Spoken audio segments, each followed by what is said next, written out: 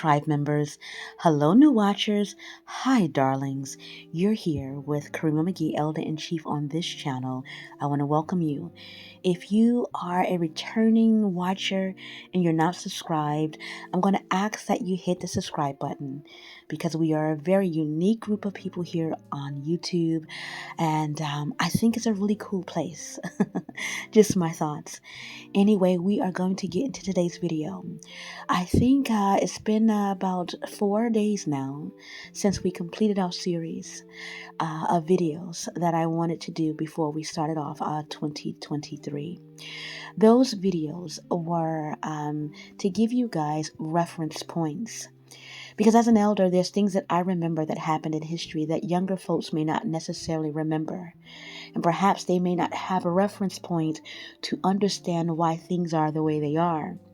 So I thought it would be extremely important to share those reference points so that I can make today's plead, okay? This is going to be a good video. Stick around with me, okay? Hang tight. We are going to go into Elder Eden's wisdom, and it's going to be a deep one. If you are a maiden in waiting, if you are a woman who is over 40 and now back out into the dating field, if you are starting over, perhaps you just got recently divorced, perhaps you are just trying to get into dating, maybe you've never dated before, this is a video for all of those women, okay? All of those women. And here's where I'm going. In my book, The Return of the Divine Feminine, which is where we're pulling this information from today, go ahead and show the book. So if you are a student of this channel, if you are on your Asanahood journey, go ahead and pull out your books, please. We're going to be speaking from there. The elder has always told Asana and the women of the compound that you have the power to choose. She says, you choose. Now, she only said that the women had the power to choose once they have been trained. Okay? Listen to me. We're not talking about trained like the way you train an animal. We're talking about back in those days when we go back to hut wisdom, there was an elder that would take the women into the compounds and teach the women of the village how to be a young lady, how to teach her about her body, how to teach her about, what it means to keep house and so forth, okay? That's the kind of training we're talking about. Elder Eden said that a woman who lacks refinement does not have the power to choose. A refined woman has the power to choose, and I'm going to explain why that is, okay?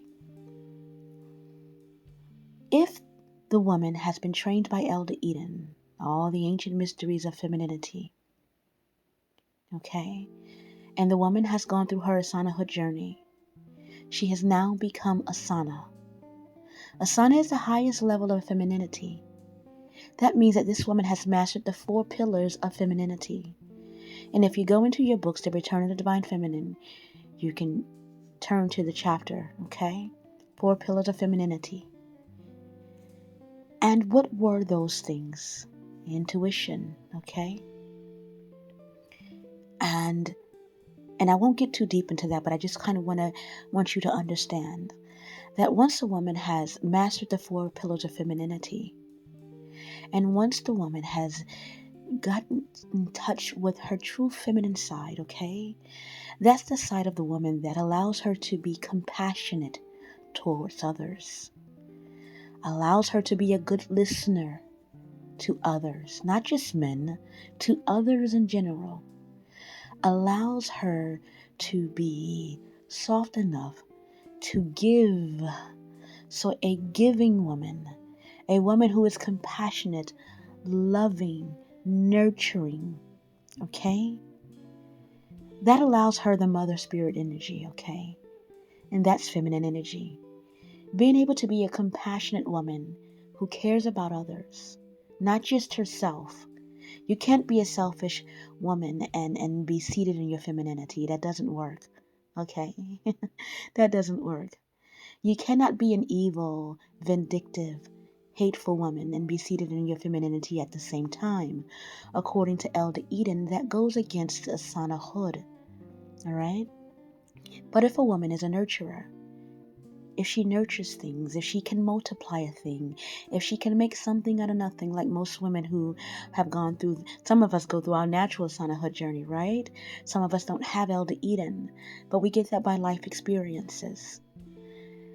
When you can make something from nothing, you have perhaps you have two pieces of bread at home and you have a can of soup, and for some strange magical reason you can make a meal out of that. That is what Elder Eden is talking about when she talks about being able to make a thing over. That is femininity. That is the feminine power of a woman. It's not about putting on perfume and dressing up and all of that. That's the surface level femininity. What the elder is teaching us is the intangible things. Okay? So once a woman has that to offer humanity, when she has it to offer the world, what then happens is she becomes a hot commodity, because it's very difficult to find a woman who's completely healed up, especially in today's time, healed up enough to care about someone else's feelings, to be considerate and compassionate, and to be able to make something from nothing, to be intuitive, to be responsive, not reactive. This is what the elder is teaching. And she says that if you can do that, then you have a right to choose who you allow in your heavenly gates, who you allow to rest upon your bosom, who you allow in your space.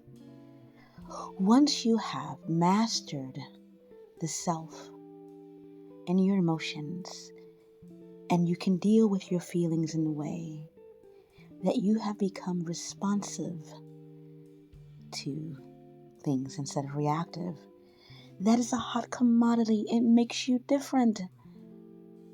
That takes time. That takes teaching. That is what the elder means when she says a refined woman has the right to choose, because it's rare. Okay? That's why when the women left the compound, the elder already knew who was going to be successful at those things, right? Who's successful. You got the tools, now you need to be able to put them into practice, and you have to be able to use them. Being able to master the four winds of femininity, which are the intangible things. It's not the things that you can go and buy at a store. Being able to do that, you have a right to choose. Now, the opposing question would be, so are you saying that other women don't have the right to choose who they allow in their heavenly gates, who they marry, who they have children with, who is in their space? She's not saying that. What she's saying is, you are left with your match. Okay? You're left with your match. So if you're a hothead, meaning you go off, at any one time you're a ticking time bomb, then of course you have to attract your match. Intellectually, you attract your match. Romantically, you attract your match. When you are and have reached a level of Asanahood, at that point you get to choose. You get to choose who is in your space. Okay? And that makes you powerful beyond measure. Now, your birthright is that perhaps all of us had that choice. But then again, we're living in a modern world. Modern things, modern conveniences. And the elders have disappeared. They're not amongst us. So, I'm going to play you a clip. This clip is from 1957, okay? And there was a huge push in America back in the 50s on what women should look like, training women. There were finishing schools and marriage. Now, of course, we know how toxic those ads were back in the 50s. We know that. And we know how they constantly reminded women where they needed to be. We know that. We know how destructive some of it was, okay, and how unfair and how inhumane it was to look at women back in those days. But there was another side of that too. There was also some positive training in there. The reason why Elder says you can choose once you become a Saah, okay, is because there's no other time in history like there is now. No other time in history does a woman have full right to choose who she's going to lay with, who she's going to allow in her heavenly gates.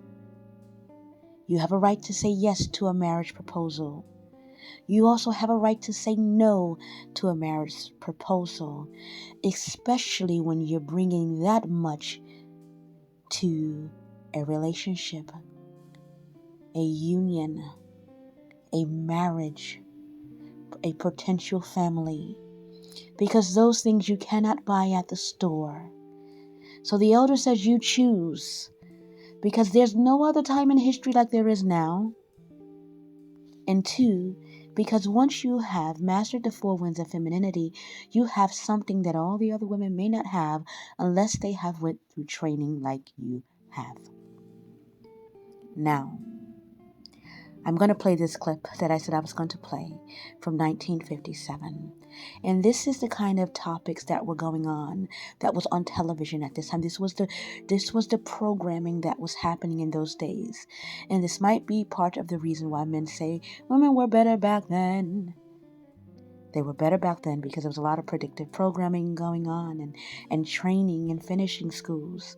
Hence why I wrote the book, A Brown Girl's Book of Etiquette. Okay? Hence why I wrote the book, The Return of the Divine Feminine, to take us back to the huts. Okay?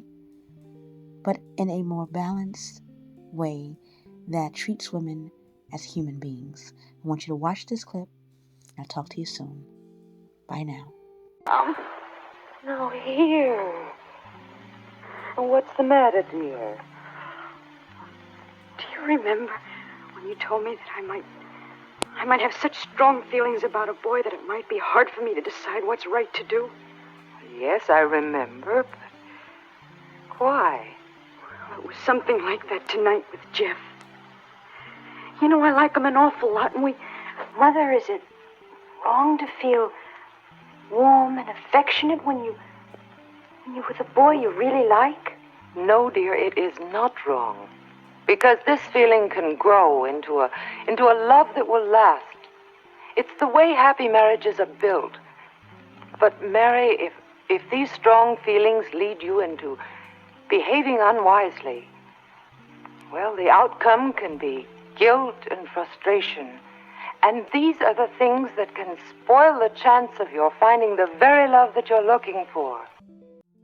These kind of ads don't exist now. But this is a mother consoling her daughter on how to deal with her emotions, how to filter them out. And perhaps these conversations are being had here, now in our modern times.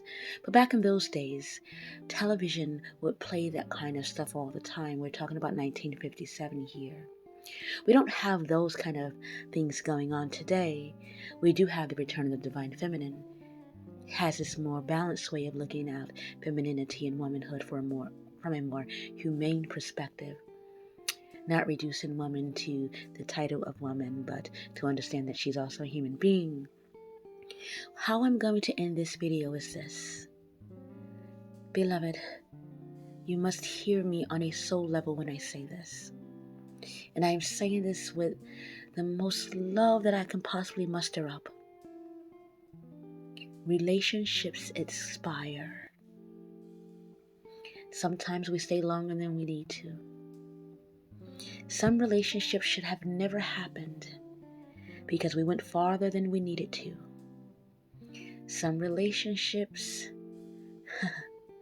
we force, and perhaps we should have never been there to begin with. That also is a part of your development as a woman, as a young woman, as an older woman. Just a part of your experience. Nothing is going to prepare you for heartbreak. But what you can do to help yourself navigate the waters of life. Because let me tell you, you can be knee long, You can be Wendy Williams. You can be Tia Mowry. You can be all these beautiful young women that we have in Hollywood.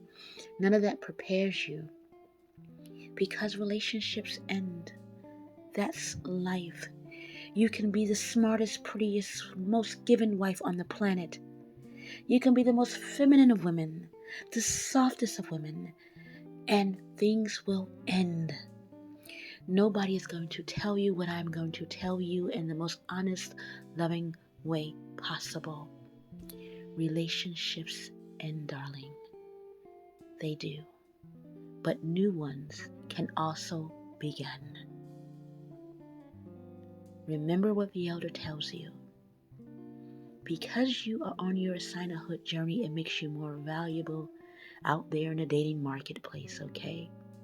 It makes you more valuable because you are refined in ways that others don't have time to do, don't see necessary, find silly. But you master your art. Femininity is an art that only few will master. Do not give up on it, because you know what it will do? It would help you navigate the waters, no matter how things end up. The elder says, you choose. You choose. You choose if you stay, how long you stay, if you want to play, if you want to move on. You choose. And don't you forget it. Until next time, be empowered, be inspired, and be well. Mother, is it wrong to feel warm and affectionate when you're with a boy you really like? No, dear, it is not wrong. Because this feeling can grow into a love that will last. It's the way happy marriages are built. But Mary, if these strong feelings lead you into behaving unwisely, well, the outcome can be guilt and frustration. And these are the things that can spoil the chance of your finding the very love that you're looking for.